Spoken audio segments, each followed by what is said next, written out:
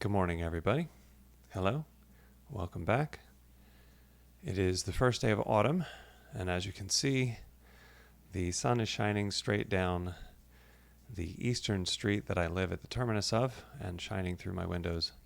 So I apologize that this is a strangely lit video. But that aside, we are currently in the process of editing the second half of the conversation that went live this past Friday, in which we encouraged you to lose control.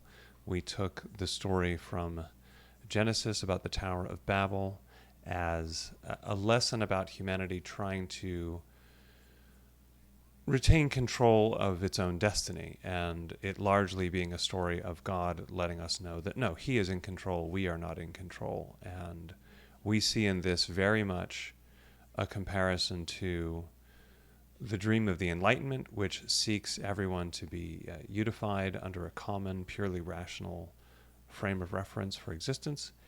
And this to us is very much also a process of gaining control.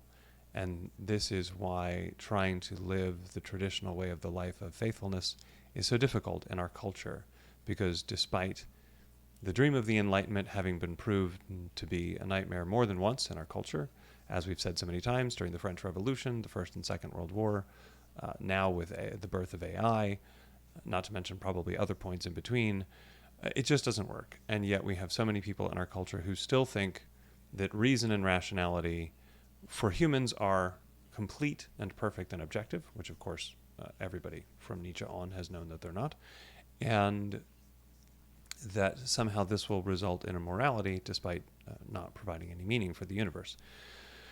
So we're still editing the second half of that conversation, which really is the fourth conversation in a series about this sort of thing, and I'm certain we'll have more. In fact, we've already recorded one more beyond that before Father Simeon and I took our travel, and I'm sure we'll have at least one more when he gets back. I'm already back from my travels. And so this is where we are.